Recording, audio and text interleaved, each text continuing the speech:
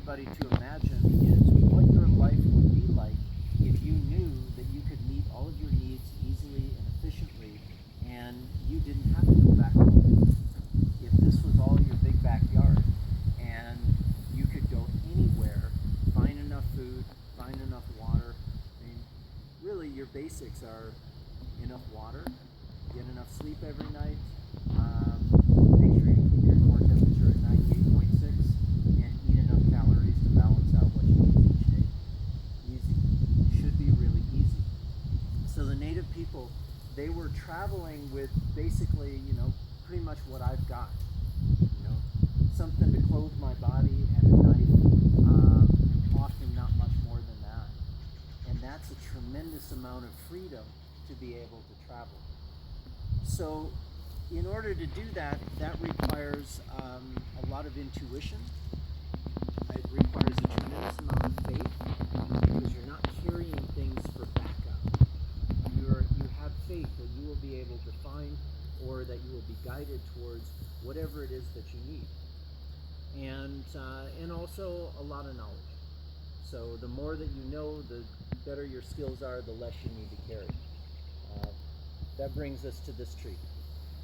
So this is Mexican elderberry, and this one has so many different uses to it. It's food, it's medicine, it's tools.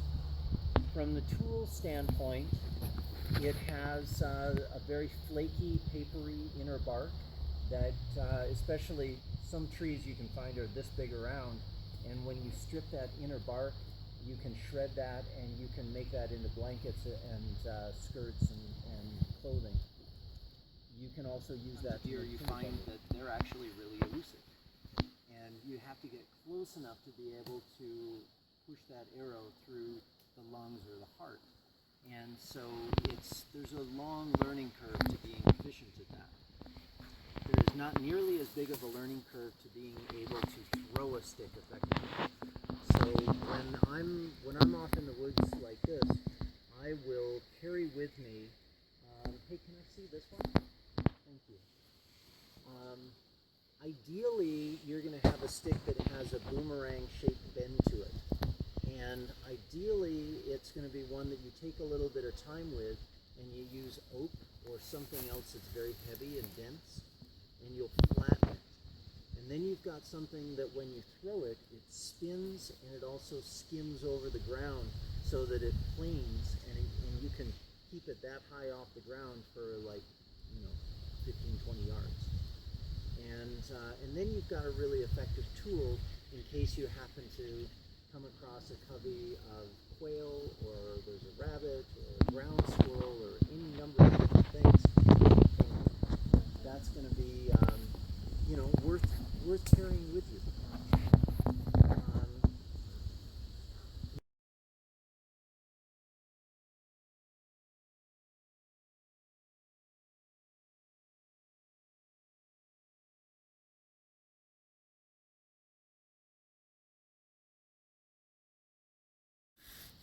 That I'm rock steady, and you can see how this string is going up and down the spindle a little bit, but the bow is pretty much straight back and forth parallel to the ground. As long as I can keep the string at right angles to the spindle, then everything's going to go real well. So this should be easy. I should be able to do this and carry on a conversation.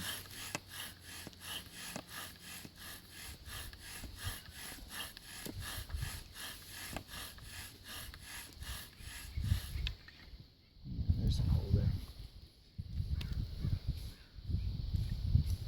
That's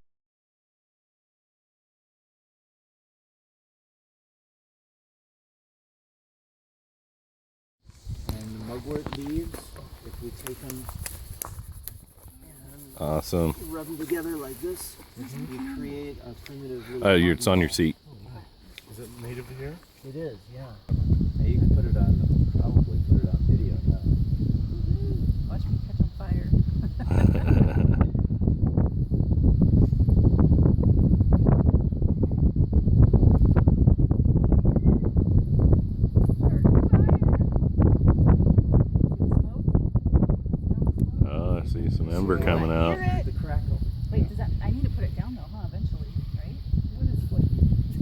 Oh my god! Oh my god! Nice. Oh, oh. If you noticed when I took him out, he was struggling a little bit, and as soon as I did this, he stopped. That's why. So I'm just trying to calm him down a little bit, get him chilled out, so he's not freaking out or anything like that. So what I'm going to do to actually take him out of the problem, if you will, is I'm just going to calm him down and rub his back a little bit. Once he's calm, I'm going to use this to hit him right behind his ears on his head. Hopefully that will kill him right off the bat. If it doesn't, I'm then going to try to separate his neck. So I'll place his head on the ground, put the stick over it, and I'll pull up on his hind legs. Then I'll separate his spine, and then I'll double check it just to make sure he's good. He's freaking out.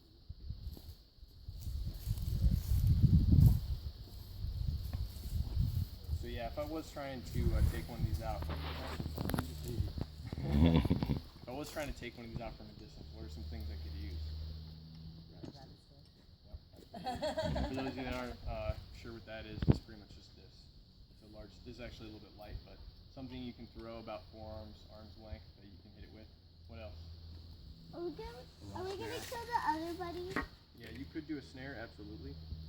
Snare, we can talk about that a little later on. Some snares don't kill things right away, depending on how the trap is built, so that's something else to keep in mind. All right.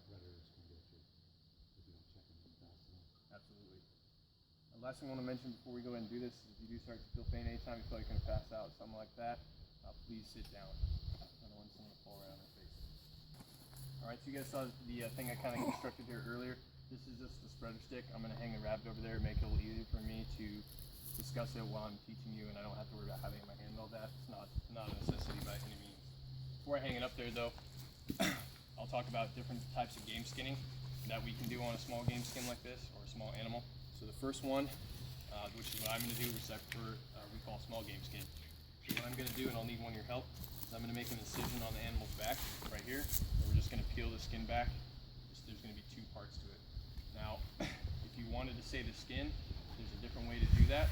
You use a spread or something like this, get his legs apart, cut around his legs, cut down, and you can actually peel it off whole like a glove, like a child's glove or something like that. It's called a glove skin if you want to save more of the skin. I'm not going to do that.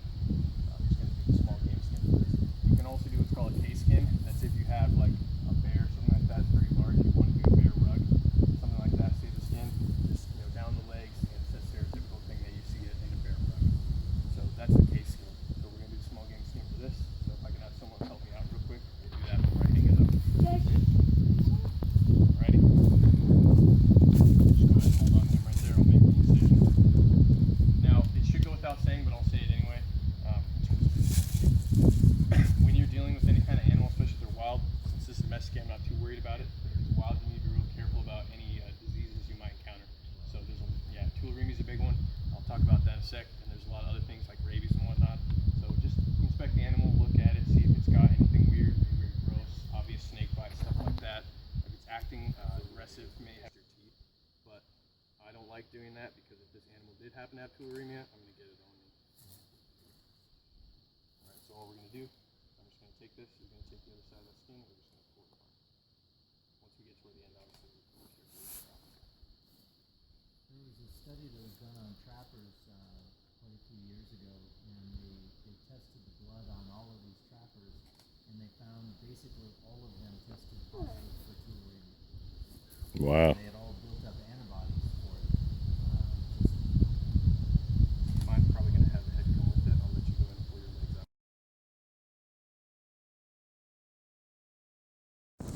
So these are actually, the eyeballs are actually full of a lot of, not a lot, but Keep small. the eyes.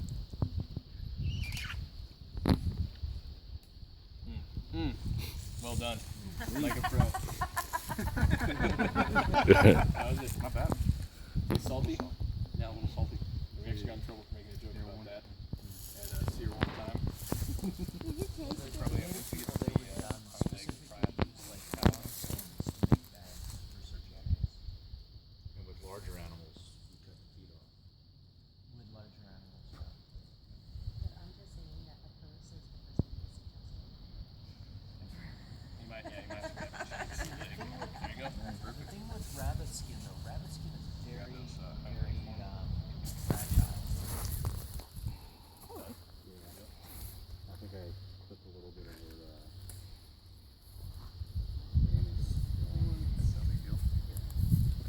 next thing we want to do, if you remember, is we want to grab this. We're going to make an incision right here. Make sure you pull it out so it doesn't stay in those organs. Yep. Yeah, you reach your fingers down in there, like that, and then pull it away from all the organs. Just kind of pull it out lightly, and then, yeah, so 2 fingers like this. Yep, and then you're going to take your knife real lightly so you don't get any organs.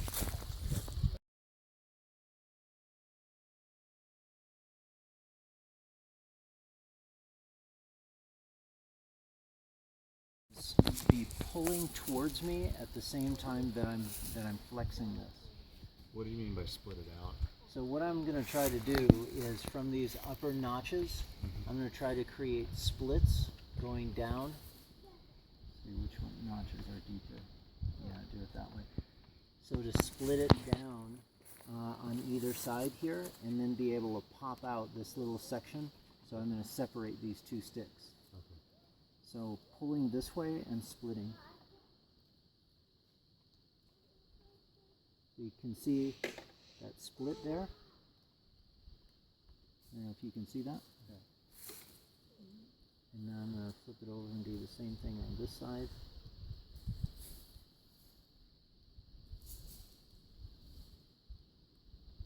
And then start working it back and forth a little bit.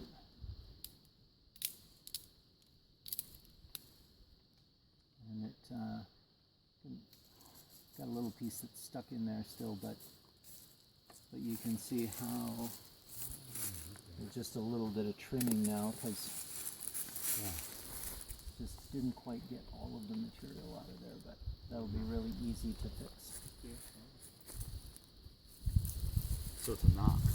Yeah, so I just made a knot there gently, and I'm holding it in place.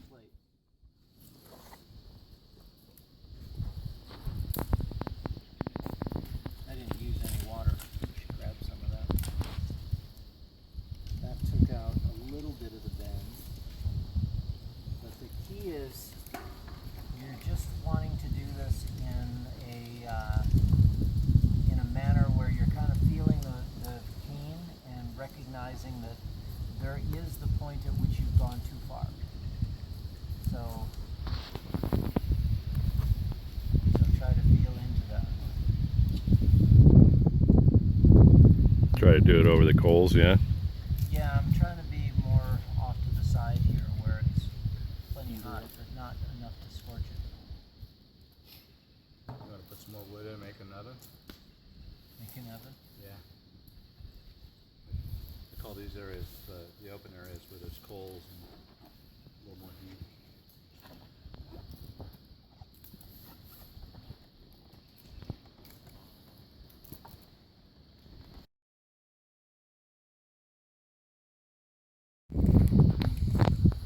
And roll away from myself like that, just sort of tightening it up, teaching it what I want it to do. Now here's the magic part. I'm going to lay it down so that these strands are parallel but not touching, and then I'm going to slowly roll, and I want to be able to see both of these strands rolling. And when you get the hang of it, you should be able to bring them together when both of these strands are tight, but you don't want one strand to flop over the other. Once they touch, just stop. And then let go on this side, tighten that up, and I just made about 5 inches of rope. So now we'll finish this a little bit more, tighten that, finish that. So down in South America, where they still are making rope this way, they can make 9 feet per minute with this Wow. technique. So now, how do I make this longer?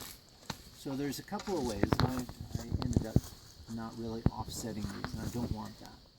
So one way to do it, though, is I could take my new fibers and just lay it directly over and twist this in. I don't really like that too much because it creates just a little bit of a lumpy spot right here at that junction. But what I prefer to do instead is to simply take my new fibers and lay it on top of the old ones and then just twist them in. So I'm going to back this up a little bit and remove some of these fibers.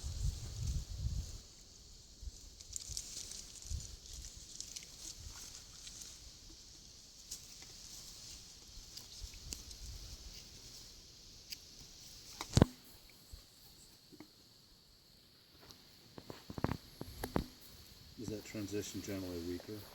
It is a weak spot, yeah. And so that's why the best way to do this is to just add a little bit of fiber at a time rather than all of it. And so what I will sometimes do is I'll do this by hand rather than leg rolling when I'm adding a new piece. But it's the same concept.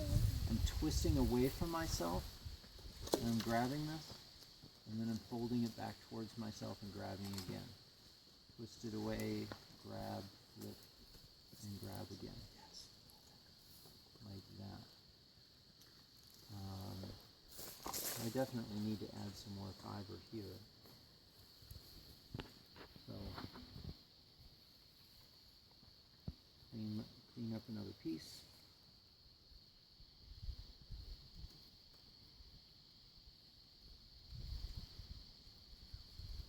So the material that we have here being yucca.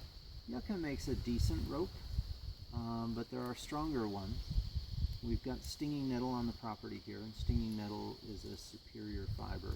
It stays strong when it dries, whereas the yucca tends to get a little more brittle. And then there's also milkweed and dogbane, and then even some things like the bark of the willow can be used for making an acceptable cordage anyway, not great, but acceptable.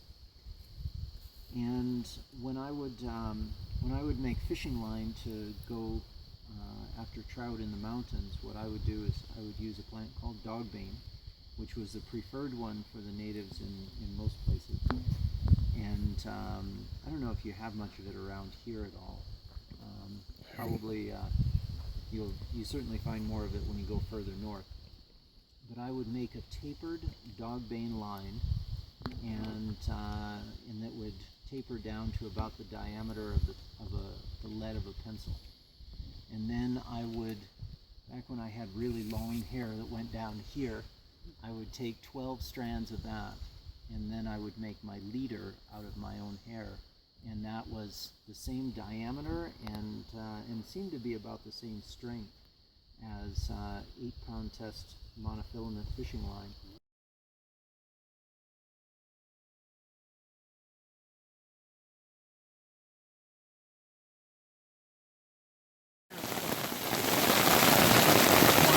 Either one, whichever one you want to stay drying.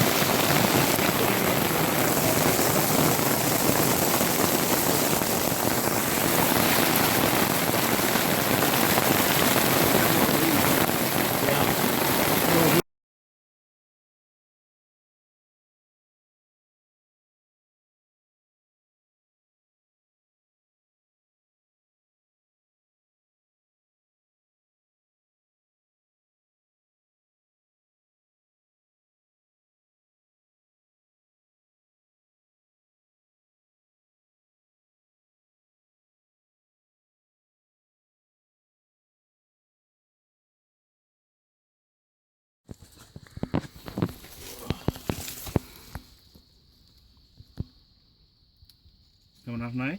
Yeah. Whoa, nice. Oh, look at that, man. We're gonna feast. I know. You want to grab another one? Hey, you want Yeah, the we clusters? I don't really think we need all of it, but we can take probably a couple more, yeah. Look at that. Nice. Look at that. Awesome. Okay, how many more do you want? Maybe 2 or so.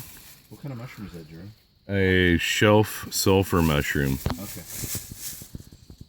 There's Yeah, that looks good. fungus in that knot up there as well. Awesome.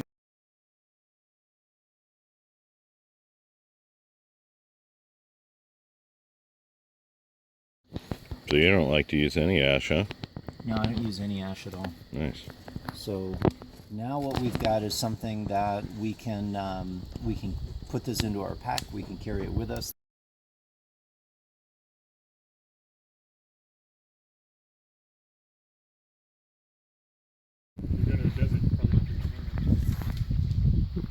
that was a good one.